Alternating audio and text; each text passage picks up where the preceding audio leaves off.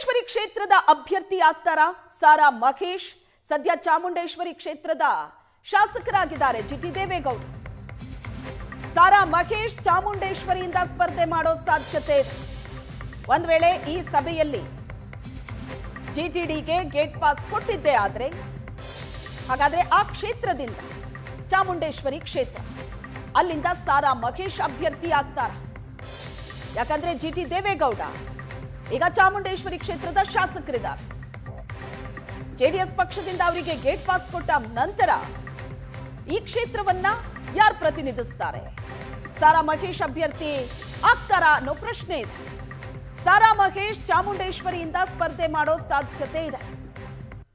ಇವತ್ತಿನ ಜೆಡಿಎಸ್ನ ಈ ಸಭೆಯಲ್ಲಿ ಇದರ ಬಗ್ಗೆ ಏನೆಲ್ಲ ತೀರ್ಮಾನಗಳಾಗುತ್ತೆ ಅನ್ನೋದನ್ನ ಕಾದು ನೋಡಬೇಕು.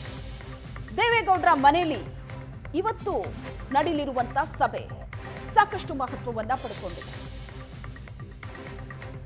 ಕುಮಾರಸ್ವಾಮಿ ಅವರ ರಿಟರ್ನ್ ಸೂಚನೆ ಬೆನ್ನಲ್ಲೇ ರಾಜ್ಯ ರಾಜಕಾರಣಕ್ಕೆ ಯಾವುದೇ ಸಮಯದಲ್ಲಿ ವಾಪಸ್ ಬರಬಹುದು. ಜನ ಏನ್ ಇಷ್ಟಪಡ್ತಾರೋ ಅದರಂತೆ ನಡ್ಕೋತೀನಿ ಅಂತ ಕುಮಾರಸ್ವಾಮಿ ಅವರೇ ಸ್ಟೇಟ್ಮೆಂಟ್ ಕೊಟ್ಟರು. ಅದಾದ ನಂತರ ಒಂದಷ್ಟು ಮಿಂಚಿನ ಬೆಳವಣಿಗೆ ಆಗ್ತಾ ಇದೆ.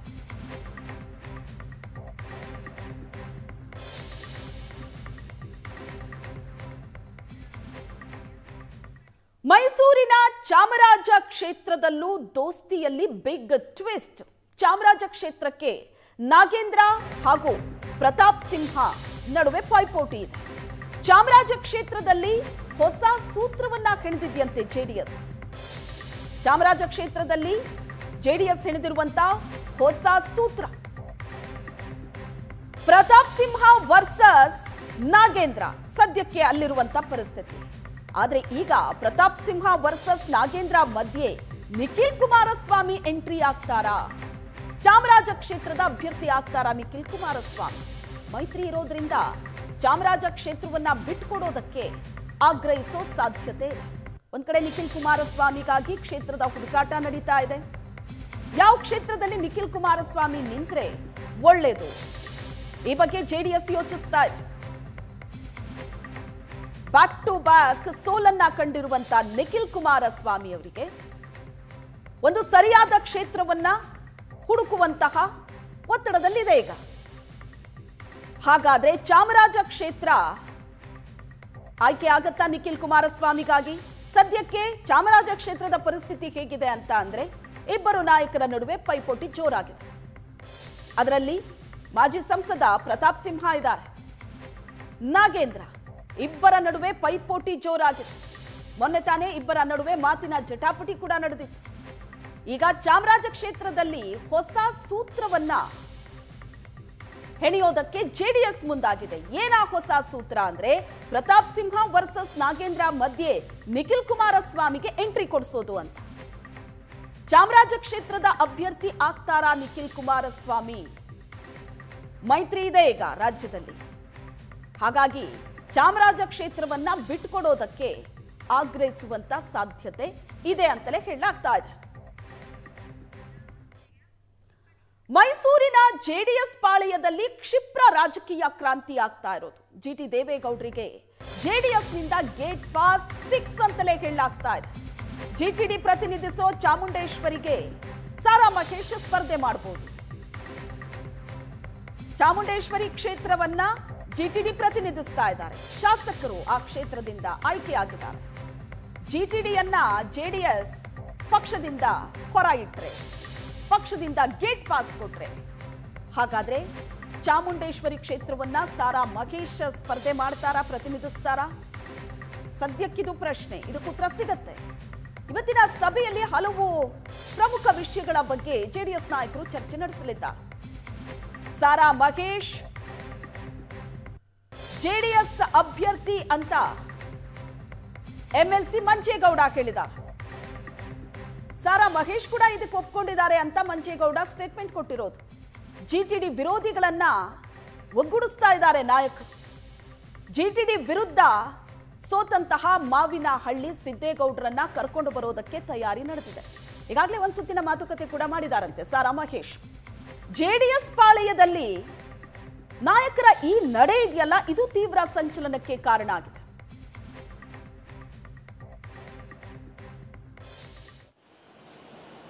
ಜೆಡಿಎಸ್ ಪಕ್ಷದ ಅಭ್ಯರ್ಥಿಯಾಗಿ ಮಾಜಿ ಸಚಿವರು ಶಾಸಕರಾದಂಥ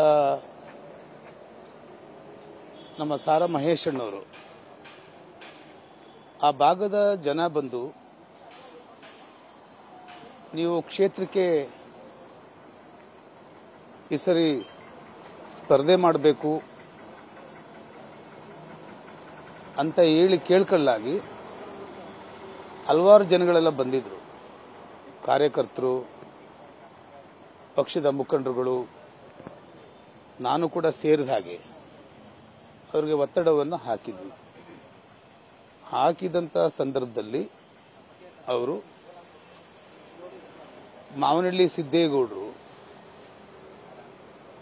2013ರಲ್ಲಿ ಕಾಂಗ್ರೆಸ್ ಅಭ್ಯರ್ಥಿಯಾಗಿ 2023ರಲ್ಲಿ ಕಾಂಗ್ರೆಸ್ಸಿಂದ ಪಕ್ಷದ ಅಭ್ಯರ್ಥಿಯಾಗಿ ಶಾಸಕ ಸ್ಥಾನಕ್ಕೆ ಅವರು ಸ್ಪರ್ಧೆ ಮಾಡಿದರು.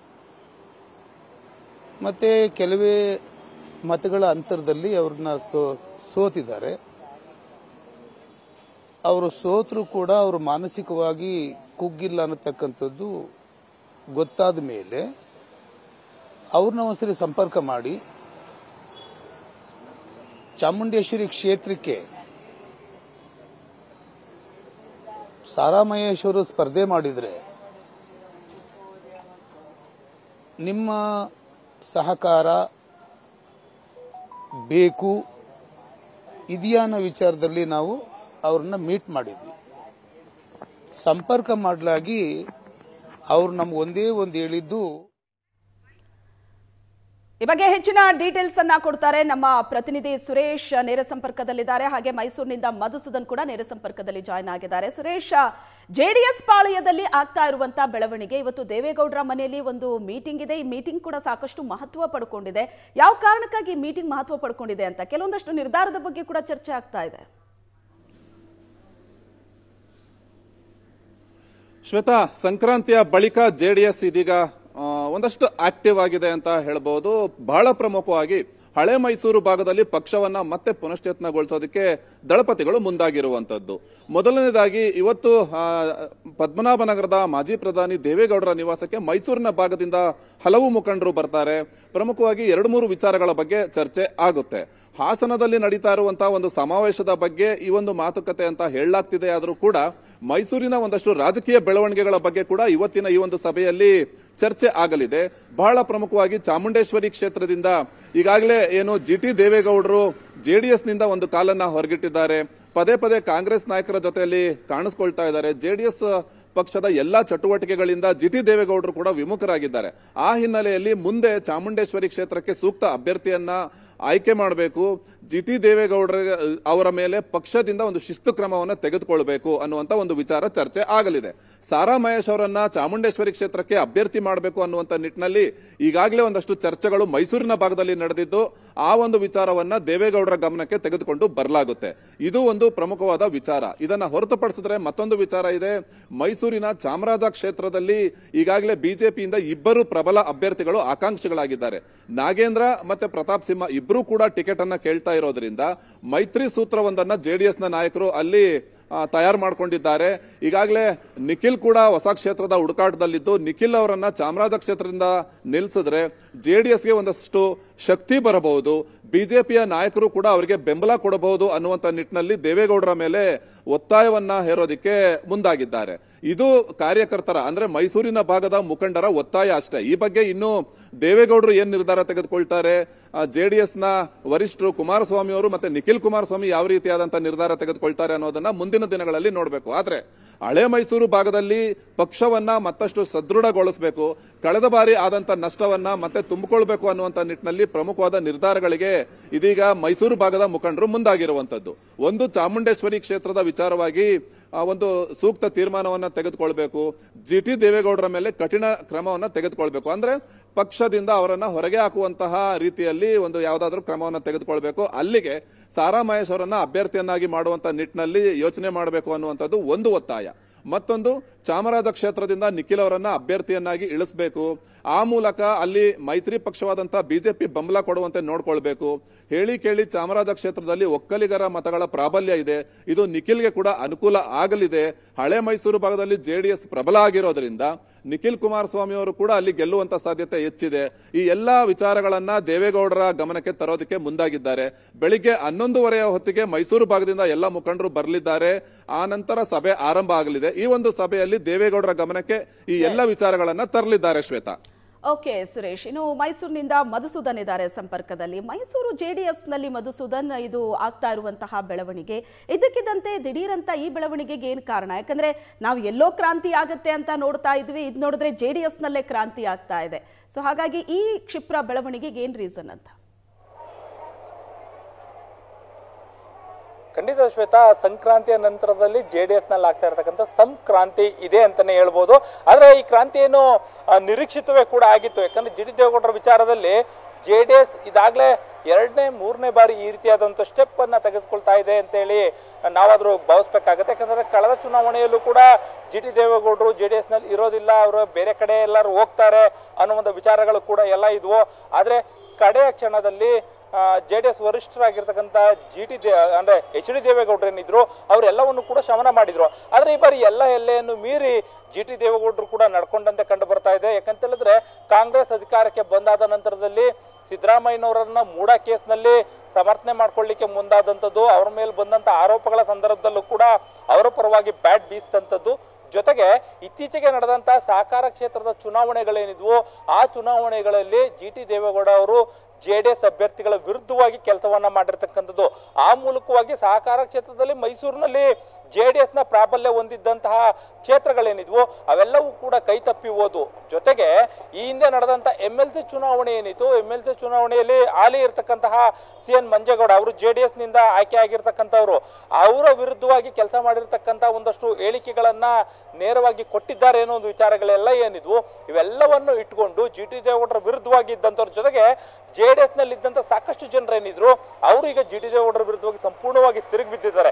ಅದರಲ್ಲೂ ನಾವು ಗಮನಿಸಬಹುದು, ಕಳೆದ ಬಾರಿಯೂ ಕೂಡ ಸಾರಾ ಮಹೇಶ್ ವರ್ಷ ಜಿ ಟಿ ದೇವೇಗೌಡ ಅನ್ನುವಂತ ಪರಿಸ್ಥಿತಿಗಳು ತುಂಬಾ ದಿನಗಳು ಇದ್ವು. ಹಾಗಾಗಿಯೇ ಈ ಬಾರಿ ಚಾಮುಂಡೇಶ್ವರಿ ಕ್ಷೇತ್ರದಲ್ಲಿ ತಮ್ಮ ಪ್ರಾಬಲ್ಯದಿಂದನೇ ಜೆಡಿಎಸ್ ಇದೆ ಅಂತೇಳಿ ಜಿ ಟಿ ದೇವೇಗೌಡ ಏನ್ ಹೇಳ್ತಾ ಇದ್ರು ಅವರನ್ನೇ ಹೊರಗಿಟ್ಟು ಆ ಕ್ಷೇತ್ರದಲ್ಲಿ ನಾನೇ ಸ್ಪರ್ಧೆ ಮಾಡಿದ್ರೆ ಹೇಗಿದೆ ಅನ್ನೋ ಒಂದು ಲೆಕ್ಕಾಚಾರವನ್ನ ಸಾರಾ ಮಹೇಶ್ ಆಗ್ತಂತೆ ಕಂಡು ಬರ್ತಾ ಇದೆ. ಇದಕ್ಕೆ ಪೂರಕವಾಗಿ ಅವರ ಬೆಂಬಲಿಗರೆಲ್ಲರೂ ಕೂಡ ಅವರ ಸಪೋರ್ಟ್ ಆಗಿದ್ದಾರೆ. ಕಾರ್ಯಕರ್ತರುಗಳ ಮೀಟಿಂಗ್ಗಳು ಅಲ್ಲಲ್ಲೇ ಗೌಪ್ಯವಾಗಿ ಆಗ್ತಾ ಇದೆ. ಈ ಒಂದು ಸಂದರ್ಭದಲ್ಲಿ ಕಳೆದ ಬಾರಿ ಜಿ ಟಿ ದೇವೇಗೌಡ ವಿರುದ್ಧವಾಗಿ ಕಾಂಗ್ರೆಸ್ನಿಂದ ನಿಂತು ಸೋತಿದ್ದಂತಹ ಮಾವನಹಳ್ಳಿ ಸಿದ್ದೇಗೌಡ ಏನಿದ್ದಾರೆ ಅವರನ್ನು ಕೂಡ ಸಂಪರ್ಕ ಮಾಡುವಂತ ಕೆಲಸವನ್ನ ಸಾರಾ ಮಹೇಶ್ ಮಾಡಿರ್ತಕ್ಕಂಥದ್ದು. ಜೊತೆಗೆ ಅವರಿಂದ ಒಂದು ಭರವಸೆ ಸಿಕ್ಕಿದೆ, ಜಿ ಟಿ ದೇವೇಗೌಡ ಎಲ್ಲಿರ್ತಾರೆ ಅದರ ವಿರುದ್ಧವಾಗಿ ನಾನು ಇರ್ತೀನಿ ಅನ್ನೋ ಒಂದು ಭರವಸೆ. ಹಾಗಾಗಿ ಶತ್ರುವಿನ ಶತ್ರು ಮಿತ್ರನನ್ನ ಮಾಡ್ಕೊಳ್ಬೇಕು ಅನ್ನೋ ಒಂದು ನಿಟ್ಟಿನಲ್ಲಿ ಮೊದಲ ಹೆಜ್ಜೆಯಾಗಿ ಅವರನ್ನ ಪಕ್ಷಕ್ಕೆ ಕರ್ಕೊಂಡು ಬರುವಂತದ್ದು. ಆ ಮೂಲಕವಾಗಿ ಚಾಮುಂಡೇಶ್ವರಿಯಲ್ಲಿ ತಾವು ನಿಂತು ಜಿ ಟಿ ದೇವೇಗೌಡರನ್ನ ಮಣಿಸ್ಬೇಕು ಅನ್ನೋ ಒಂದು ಲೆಕ್ಕಾಚಾರವನ್ನ ಆರಂಭದಲ್ಲಿ ಇಟ್ಕೊಂಡಂತಿದೆ. ಇನ್ನು 2 ವರ್ಷಗಳ ದಾಟಿ ಎಲೆಕ್ಷನ್ ಇರೋ ಕಾರಣಕ್ಕಾಗಿ ಪಕ್ಷಗಳ ಬಲಾಬಲ ಮತ್ತೆ ಪಕ್ಷದಲ್ಲಿ ಯಾರ್ಯಾರ ಮನಸ್ಥಿತಿಗಳು ಎಲ್ಲೆಲ್ಲಿದೆ ಇದೆಲ್ಲವನ್ನು ಕೂಡ ಕ್ರೋಢೀಕರಿಸಬೇಕು. ಆ ಒಂದು ನಿಟ್ಟಿನಲ್ಲಿ ಜೆಡಿಎಸ್ ಕೂಡ ಒಂದ್ ರೀತಿಯಲ್ಲಿ ಆಕ್ಟಿವ್ ಆದಂತೆ ಕಂಡು ಬರ್ತಾ ಇದೆ. ಚಾಮುಂಡೇಶ್ವರಿ ಕ್ಷೇತ್ರದಲ್ಲಿ ಬಿಗಿಯಾಗಿ ಒಂದು ಕಡೆ ಯಾರಾದ್ರೂ ಕೂತ್ರೆ ಪಕ್ಷದ ಬಲ ಬಂದ್ರೆ ಅದರ ಪಕ್ಕದಲ್ಲಿ ಇರ್ತಕ್ಕಂತಹ ಚಾಮರಾಜ ಕ್ಷೇತ್ರವನ್ನ ಗೆಲ್ಲಿಕ್ಕೆ ಕೂಡ ಅನುಕೂಲ ಮಾಡ್ಕೊಳ್ಬಹುದು. ಅದೇ ರೀತಿಯಾಗಿ ನಾವು ಇದೆಲ್ಲಾನು ಹೇಳೋದಕ್ಕಿಂತ ಹೆಚ್ಚಾಗಿ ಏನು KR ನಗರ ಕ್ಷೇತ್ರ ಏನಿದೆ ಅದು ಕೂಡ ಚಾಮುಂಡೇಶ್ವರಿಗೆ ಹೊಂದ್ಕೊಂಡಂತೆ ಇರತಕ್ಕಂಥ ಕ್ಷೇತ್ರನೇ ಕೂಡ. ಆ ಒಂದು ಕ್ಷೇತ್ರದಲ್ಲಿ ಈಗಾಗಲೇ ಕೂಡ ಡಿಫೀಟ್ ಆಗಿರ್ತಕ್ಕಂಥ ಸಾರಾ ಮಹೇಶ್ ಏನಿದ್ದಾರೆ ಅವ್ರು ಈ ಬಾರಿ ಸ್ಪರ್ಧೆ ಮಾಡಿದ್ರೆ ಈಸಿಯಾಗಿ ಗೆಲ್ತಾರೆ ಅನ್ನೋ ಒಂದು ಮಾತುಗಳಿದೆ. ಇದೆಲ್ಲವನ್ನು ಇಟ್ಕೊಂಡಂತ ಸಂದರ್ಭದಲ್ಲೂ ಕೂಡ ಮೈತ್ರಿಯ ಈ ಒಂದು ಸಂದರ್ಭ ಏನಿದೆ ಈ ಸಂದರ್ಭದಲ್ಲಿ ಹೆಚ್ಚು ಸೀಟ್ಗಳನ್ನ ನಮ್ಗೆ ಗೆಲ್ಲಿಕ್ಕೂ ಸಾಧ್ಯ ಆಗುತ್ತೆ. ಈ ಭಾಗದಲ್ಲಿ ನನ್ನಿಂದಲೇ JDS ಅಂತ ಹೇಳ್ತಾ ಇರ್ತಕ್ಕಂತಹ ಜಿ ಟಿ ದೇವೇಗೌಡ ಏನಿದ್ದಾರೆ ಅವರನ್ನು ಕೂಡ ಮಣಿಸ್ಲಿಕ್ಕೆ ಸಾಧ್ಯ ಆಗುತ್ತೆ ಅನ್ನೋ ಒಂದು ಲೆಕ್ಕಾಚಾರದಲ್ಲಿ ಈ ರೀತಿಯಾದ ಒಂದು ಕ್ಯಾಲ್ಕುಲೇಷನ್ ಅನ್ನ ಹಾಕಲಾಗಿದೆ. ಇದು ಆರಂಭ ಅಷ್ಟೇ ಕೂಡ. ಇವತ್ತು ಪದ್ಮನಾಭ ನಗರದಲ್ಲಿ ದೇವೇಗೌಡರ ಸಮ್ಮುಖದಲ್ಲಿ ಒಂದು ಮೀಟಿಂಗ್ ಆಗುತ್ತೆ. ಜಿ ಟಿ ದೇವೇಗೌಡರನ್ನ ಹೊರತುಪಡಿಸಂತೆ ಸುಮಾರು 16 ಜನ ಮೈಸೂರು ಭಾಗದ ಲೀಡರ್ಸ್ ಗಳೇನಿರ್ತಾರೆ, ಅದು ಸಾರಾ ಮಹೇಶ್ ಇರ್ಬೋದು, ಮಂಜೇಗೌಡ ಇರ್ಬೋದು, ಆರ್ ಅಶ್ವಿನ್ ಇರ್ಬೋದು, ಅದೇ ರೀತಿಯಾಗಿ ಮಾದೇವ್ ಇರ್ಬೋದು, ಈ ರೀತಿಯಾಗಿ 15 ರಿಂದ 16 ಜನ ಮೀಟಿಂಗ್ ಮಾಡ್ತಾರೆ. ಅಲ್ಲಿ ಒಂದು ಚಿತ್ರಣ ಸಿಗುತ್ತೆ ಅಂತ ನಾವು ಹೇಳ್ಬೋದು. ಶ್ವೇತಾ, ಥ್ಯಾಂಕ್ ಯು ಮಧುಸೂದನ್ ನಿಮ್ಮೆಲ್ಲ ಡೀಟೇಲ್ಸ್ಗೆ.